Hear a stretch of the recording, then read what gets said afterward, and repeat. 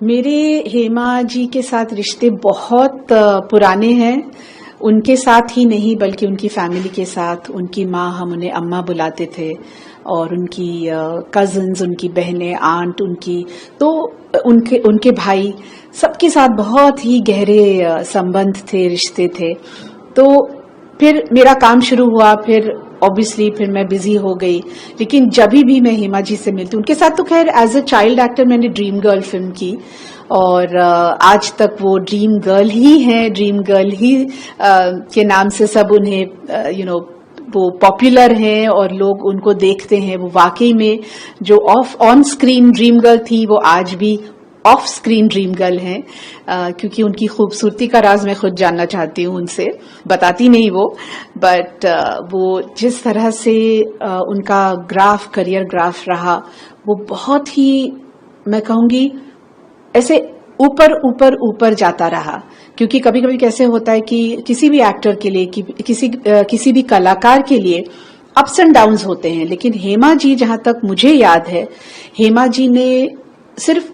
ऊपर की ही सीढ़ी देखी है। तो ये बहुत अच्छी बात है, और जितनी वो ऊपर जाती रही ना, जितनी भी ऊंचाई पर जाती रही, उतनी वो हम्बल और सबके साथ जैसे प्यार मोहब्बत उनका हमेशा आज भी है। मुझे लगता है यही उनकी खासियत है कि जब वो ऑन स्क्रीन काम करती हैं, उनका एक अलग ही रोल होता है, और जब वो आम जिंदगी में अपने आप को, जैसे मुझे लगता है जैसे मैं उनसे घर में मिलती हूँ या जब भी मिली हूँ, चाहे वो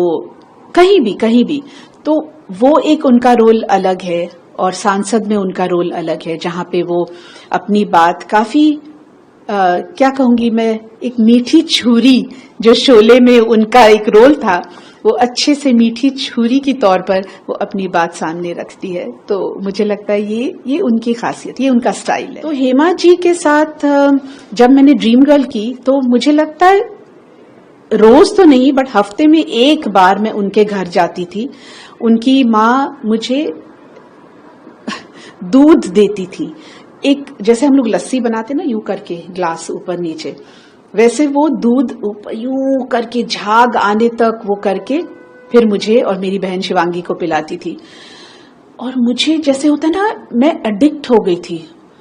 मुझे जब भी वो दूध याद आता था, मैं हेमा जी के घर जाती थी, और वो इतनी प्यार से मुझे